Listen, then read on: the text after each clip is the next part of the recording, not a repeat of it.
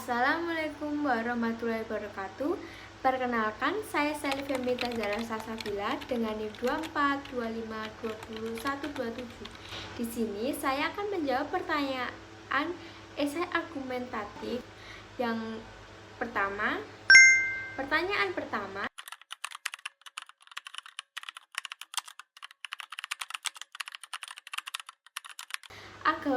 algoritma data science dalam analisis perilaku pengguna media sosial bekerja dengan mengumpulkan data dari berbagai interaksi pengguna seperti like, komentar, share, nama, waktu menonton, dan riwayat pencarian.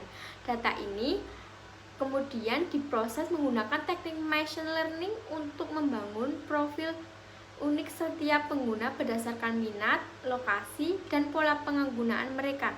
Algoritma ini melakukan pembersihan data dan analisis perilaku untuk memprediksi jenis konten yang paling relevan dan menarik bagi pengguna, sehingga konten yang muncul di feed atau berada terasa sangat sesuai dengan preferensi mereka.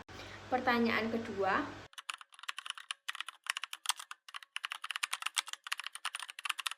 menurut saya dari kasus Cambridge Analytica ini merupakan pelanggaran privasi yang serius, bukan sekedar kemajuan teknologi. Pengguna Facebook dikumpulkan tanpa izin yang jelas dan digunakan untuk memanipulasi opini politik secara tersembunyi yang melanggar prinsip transparansi dan persetujuan pengguna.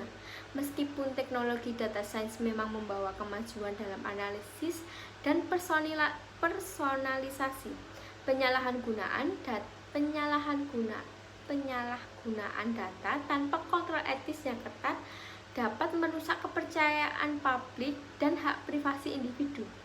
Facebook sendiri mengakui kegagalannya dalam melindungi data pengguna dan bertanggung jawab atas skandal tersebut. Oleh karena itu, kemajuan teknologi harus diimbangi dengan etika yang kuat dan perlindungan data yang ketat agar tidak disalahgunakan untuk tujuan manipulasi atau eksploitasi.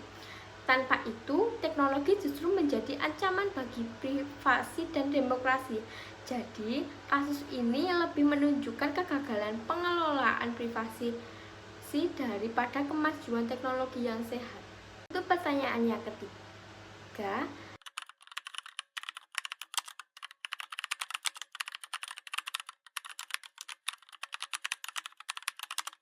sistem rekomendasi berbasis algoritma seperti yang ada di TikTok, Instagram, atau YouTube. Di satu sisi, algoritma ini bisa mendidik karena menampilkan konten yang sesuai dengan minat pengguna, sehingga kita bisa belajar hal baru dengan lebih mudah dan cepat. Misalnya, kalau suka belajar bahasa, algoritma akan menampilkan video atau artikel terkait bahasa secara otomatis. Namun, di sisi lain, sistem ini juga bisa membatasi cara berpikir pengguna, karena seringkali hanya menampilkan konten yang serupa atau sesuai dengan pandangan kita sebelumnya, sehingga kita jarang melihat sudut pandang lain. Ini bisa membuat kita terjebak dalam ruang gema yang membuat pemikiran jadi sempit dan kurang kritis. Jadi, walaupun sistem rekomendasi membantu, kita tetap harus aktif mencari informasi dari berbagai sumber agar wawasan kita lebih luas. Untuk argumentatif yang kedua, pertanyaan yang pertama,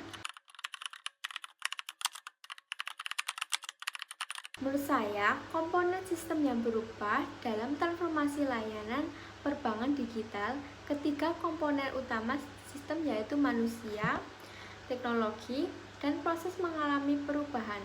Teknologi menjadi pusat perubahan dengan hadirnya m-banking, chatbot, dan digital teller yang menggantikan fungsi transaksi manual. Proses transaksi yang sebelumnya harus dilakukan secara tatap muka, kini berubah menjadi digital dan mandiri. Sementara itu, peran manusia juga berubah dari yang awalnya fokus pada transaksi rutin menjadi lebih ke konsultan layanan dan pendamping nasabah dalam penggunaan teknologi.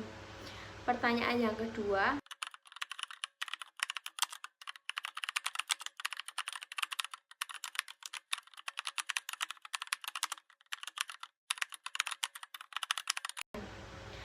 dampak positif dari pergeseran paradigma yaitu yang pertama, nasabah lebih mudah dan cepat melakukan transaksi kapan saja dan di mana saja tanpa harus antri.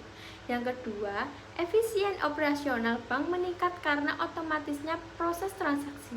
Yang ketiga, pegawai bank dapat fokus pada layanan konsultasi lebih bernilai tambah.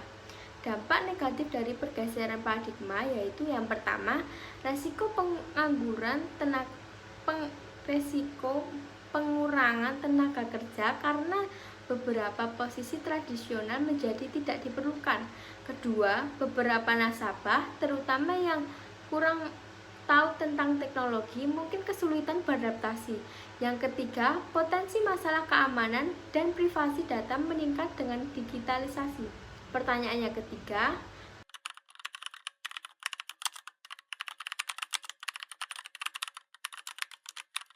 pegawai bank seperti teller dan customer service harus dikembangkan menjadi konsultan digital yang membantu nasabah memahami dan memanfaatkan layanan digital dengan optimal. Mereka perlu dilatih kemampuan komunikasi, edukasi teknologi, dan layanan personalisasi. Selain itu, pegawai dapat fokus pada penanganan masalah kompleks, memberikan solusi keuangan yang tepat, serta menjaga hubungan emosional dengan nasabah agar tetap merasa dihargai dan didukung. Dengan demikian, pegawai tetap memberikan nilai tambah dalam ekosistem perbankan digital yang semakin mandiri. Untuk argumentatif yang ketiga, pertanyaan yang pertama, saja iya, lupa mengunci loker mirip dengan pengguna komputer yang tidak hati-hati seperti tidak memakai antivirus, menggunakan password lemah, atau sembarangan klik link. Keduanya adalah bentuk keteledoran yang membuka celah keamanan sehingga data atau barang bisa hilang atau dicuri. Pertanyaan kedua,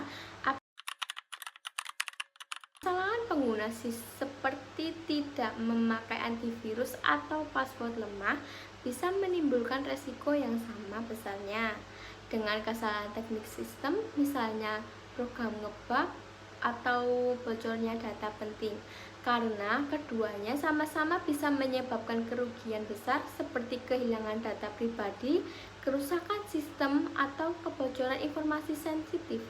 Pertanyaan ketiga, dua jenis kesalahan ini sama-sama berpotensi menyebabkan masalah keamanan.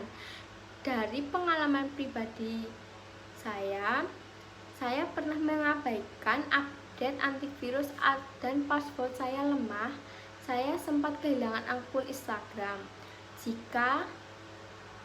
Jadi, baik kesalahan manusia maupun teknis harus diwaspadai untuk menjaga keamanan data dan sistem agar tetap aman dan terpercaya. Argumentatif yang keempat, pertanyaan pertama,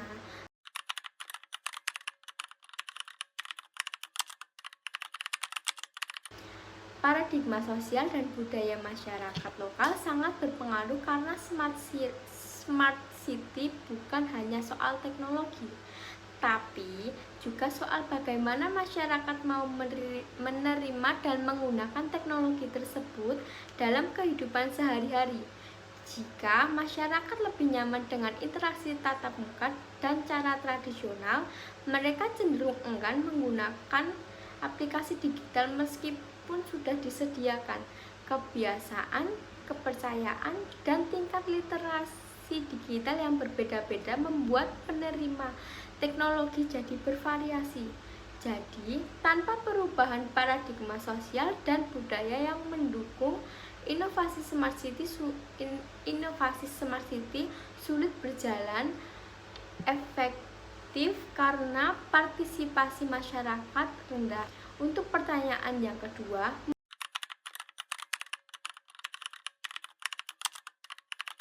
Menurut saya, aktor kunci dalam membentuk paradigma digital yang inklusif adalah kolaborasi antara pemerintah, swasta, masyarakat, dan pendidikan. Pemerintah berperan dalam membuat regulasi, menyediakan infrastruktur, dan mengedukasi masyarakat agar lebih tahu tentang digital. Swasta bisa membantu dengan inovasi teknologi dan layanan yang mudah digunakan. Pendidikan penting untuk meningkatkan literasi digital sejak dini agar masyarakat siap menghadapi transformasi digital. Masyarakat juga harus aktif berpartisipasi dan menerima perubahan. Jadi, keberhasilan Smart City butuh sinergi semua pihak agar paradigma digital yang inklusif bisa terbentuk dan diterima luas. Sekian dari saya. Wassalamualaikum warahmatullahi wabarakatuh.